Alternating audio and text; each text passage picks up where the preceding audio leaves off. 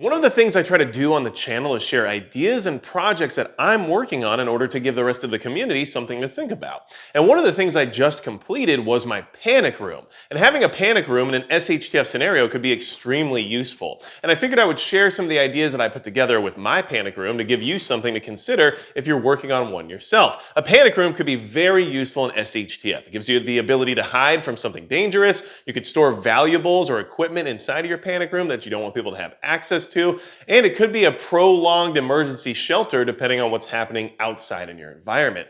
So with this panic room right here, I'm just going to give you some basic ideas as to what I've put together here and how I'm kind of operating it. And one of the main components is obviously going to be the vault door, which is very important. And just so you're aware, this vault door right here, yes, it has an electronic keypad, but don't worry, it has a backup key because not only do they claim that this keypad is EMP proof, but you can get in with a key if your digital lock fails. And this is actually a SnapSafe Vault Door, and it was actually sent to me by the biggest supporter of the channel, which is MidwayUSA. So a big thanks to MidwayUSA for helping me out with this project, because no panic room is really complete without a very secure way to either lock it up or a secure entrance that nobody else can get in, depending on what kind of tools they might have access to. But this is a SnapSafe Vault Door. It's a 32-inch in-swing model, and it's $1,750. So this is not an inexpensive part of a panic room, but you do need something that's very sturdy and very secure if you're going to have somewhere to hide, especially from dangerous people.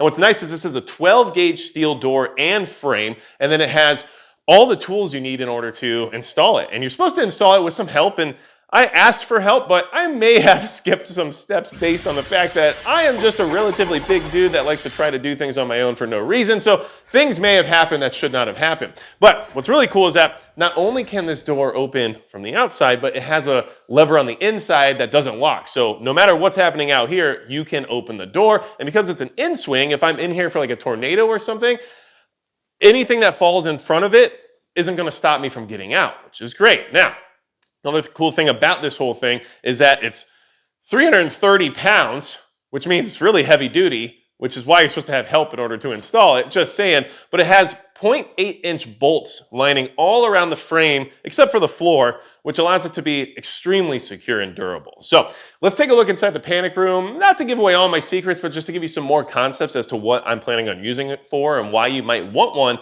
Just based on the fact that if you're preparing for SHTF scenarios, there's a good chance that marauders or raiders or something like that could be a big issue for you. And honestly, this vault door really sealed the deal on the whole concept, because without it, I don't know if I could technically consider this a panic room.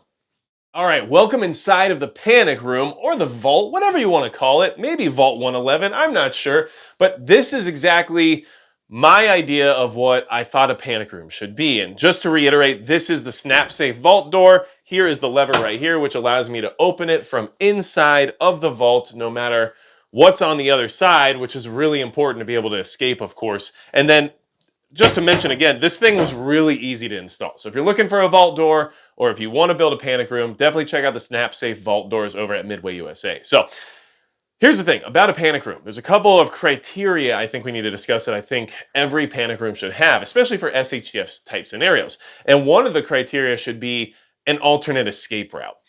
This room, without giving away too many secrets, because my OPSEC is dead anyway, we all know, this room has a secondary escape hatch. And I'm not going to tell you where or show you or anything like that, but what I can say is that you can escape from this room without having to go through the vault door, which was highly important to me, because if somebody was on the other side, all they'd have to do in order to really end it for you in a terrible way is light the whole place on fire, right? So I wanted a way to not only hide or keep my family secure or keep some of my valuables secure, but another way to escape in case things got that dicey. You could approach a panic room in very much the same way as like an Anne Frank type scenario, right? Where you're hiding in here, you're trying to be quiet, you don't want anyone to know you're here. Maybe they're trying to get in, but they can't, so they give up because it's a good deterrence, and your family's safe in the meantime, and they don't really know people are actually even here. That would be one way to use this. But if they decide that someone's here no matter what, or they saw you here before you were able to enter the panic room, and they need to eliminate you in order to achieve whatever goal they have, it's not hard to set a house on fire. So I would say one criteria is to have an alternate escape route. Now, I'm going to change the camera angle so that way you guys can see some of my other philosophy of use here of a panic room, but there are some other criteria I also want to discuss as well. Now, this isn't a huge room, but it gives me access to some things that I definitely might need if I'm in a panic room. And some of those things include tactical gear and then obviously the equipment that might go with it. So there are some reasons why you would want to have some of this stuff in your panic room, because if you're in it for the reason of hiding from danger, you might need to be able to respond to that danger in kind, and you don't want to have to worry about acquiring your stuff or not having it at all once you're inside of the room. So that is one thing that I would suggest if you're going to have a panic room, is at least have some type of gear and equipment in there that you can defend yourself with, or make yourself more of a hardened target by having it in there instead of worrying about how it's going to get there in the first place. Now, another criteria for a panic room, in my opinion, and this is just how I'm doing it. Look, if you have your own ideas or have a panic room, leave it in the comments below. Let me know your thoughts, or let me know how you set yours up or whatever. Don't give away all your OPSEC like I do, because everyone else is obviously going to be very aware of how I run things, but that's just part of the deal. It's a sacrifice I make so I can try to share some ideas and everything else. But either way, another criteria for a panic room is to have it fully enclosed. And I don't think I should have to necessarily say that, but I'm just making sure to mention it. There are no windows or anything inside of this room. There's no other way inside of this room besides the vault door and then the escape hatch that no one will know about or be able to access no matter what, unless I decide to leave it. So, and that's, like I said, without revealing too much, like if you're going to have that secondary escape hatch, make sure it's not accessible from the outside. Make sure that you don't have it easily advertised and it's hidden in some way, because otherwise it's not very helpful to have a panic room, now is it? Now, if you have a room in your house that you have in mind for a panic room, but you haven't thought about how you're going to actually fully secure it, maybe it does have some windows. Maybe it's in your basement and has some of those little egress windows or something like that, right? Well, you could do stuff like put bars on the windows and things of that nature, and there are ways to secure those better than what they would currently be with just panes of glass. But I would suggest, if you're going to have a panic room that does have windows of some kind, to at least cover them fully so no one can see within. And I know this might sound very baseline when it comes to obvious advice or common sense, but it's just to make sure that everybody really fully vets out the thought process here. There are no windows in this room at all. There is no way for you to see in unless you're inside of the room. But I understand that not everybody has a room like that in their home. In fact, most homes don't have a room with completely zero windows unless it's like a utility room or a bathroom, and those aren't going to work for a panic room in many ways, although they could probably be converted into one if you had no other choice. So if you're going to deal with windows, make sure they're fully secure, whether or not that means bars or extremely durable shutters or whatever it is. But the main thing would be to not allow anyone to see in at all, because that's going to be a big deal too. So, philosophy of storage when it comes to the panic room. You want some water on hand, right? Having some water is a good idea. Who knows how long you might be in here. I have some food in here as well, just in case it takes a while to wait for the threat to leave, right? Let's say there's marauders or raiders coming through the area because, things have fallen apart and people are scavenging.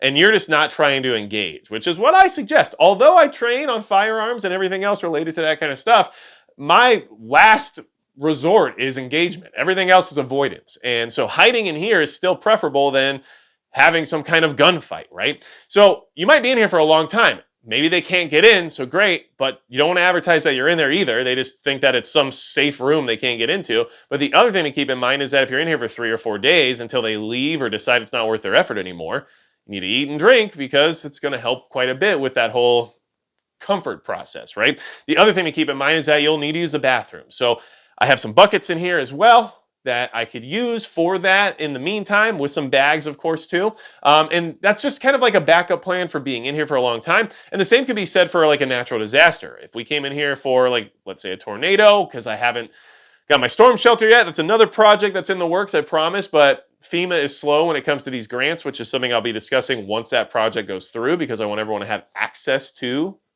the ability to fund their storm shelters, right? But either way, something can happen where I can't necessarily get out of this place very easily. And so in that situation, you also want to be able to use the bathroom, have some water, have some food. So I find that to be important. I have ways to generate power in here as well, not only because some of those things are relatively expensive, so it keeps them secure, but in case I need to charge a phone or a radio or something like that, which I have those in here too, I'm able to do so and possibly reach out for help or who knows what else. So obviously, that's my thought process here. Not anything too crazy. Do I have a lot of other stuff in here too? Well, of course I do, because this is a room that has high level security. So I have preps in here. I have all kinds of stuff, right? But in reality, the main thing, if you're using it as a panic room, is how are you going to get to it? How are you going to secure it? How are you going to keep other people out? How are you going to escape it if the worst case scenario occurs, like your house being set on fire? And what's going to be inside of it that's going to help you deal with whatever threat it is that made you go in there in the first place. So whether or not that's armed raiders or marauders who want to harm you, well, you better have maybe a plate carrier. Maybe you want to have some firearms. Maybe you want to have some things like that.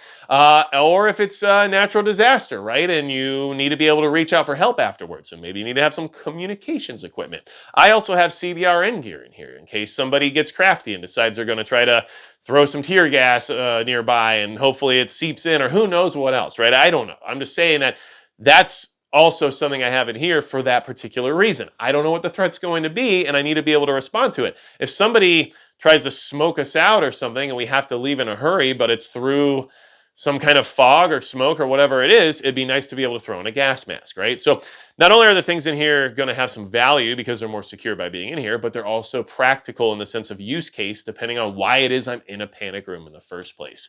So other things I'll be adding in here in the future, which I think would be very good for a panic room would be some monitors for your security system in order to have eyes outside of the room, which is something that I currently have access to, but I'm also working on more of a closed circuit system in order to have that available to me during a SHTF type scenario too, because right now I'm using a wireless system for convenience and because of the size of the building and the property. But for specifically security reasons, I'll be working on a closed circuit system as well. And then some other things you might want to consider would be lighting solutions, because it might get really dark in here if you don't have access to the lights. Somebody cuts the power, you need to have the ability to either generate power, which I do, or at least have some flashlights and some batteries in here. And that is also something that I have access to. So hopefully this gave you some things to think about. I'm really excited about having access to a panic room now. It's just something I think is really important, especially because if I'm not around and my family's here, I want them to have somewhere safe that they can go to, right? Where they can have some supplies, reach out for help, and save themselves from whatever threat there is. Big thanks to MidwayUSA for helping me out with the SnapSafe Vault Door, which, like I said, really easy install. I was really surprised. Yeah, you got to have a pretty sturdy frame because it's 330 pounds, but it was something I was just able to do. And without their help to acquire that vault door, I don't know if I'd have this panic room right now. So I have to say thank you to that. And full disclosure, it was sent to me because of working with MidwayUSA. So it is what it is. But at the same time, there's nothing wrong with this door that I can say anything negative about. It was really easy to install, supposedly EMP proof. It has a backup manual key just in case it's not. I mean, it has everything I would want from a vault door. You can open it from the inside. It's in swinging, so nothing falling from the outside can block you from getting out. Nothing bad to say. And I would love to hear your ideas or stories or things that you think would be useful inside of a panic room too. I haven't thought of everything because I am not the end-all be-all when it comes to these types of conversations. So if you have other ideas for me, let me know in the comments. It might help me. It might also help others here in the community. Not to mention the fact that, yes, the lighting is kind of weird in here. I have real lights too, but I thought that this mood lighting might help not only make it more interesting, but also mask some of the stuff that I have in here. Because I don't need you guys to see every single thing I own, right? My OPSEC is awful, but at least I can have a little bit of mystery to myself, right? It's okay to have some secrets, okay? But all I know is those are my thoughts on a panic room. Give me your thoughts as well. You need anything else from me, go to magicprepper.com. And besides that, that's going to be it for Magic Prepper.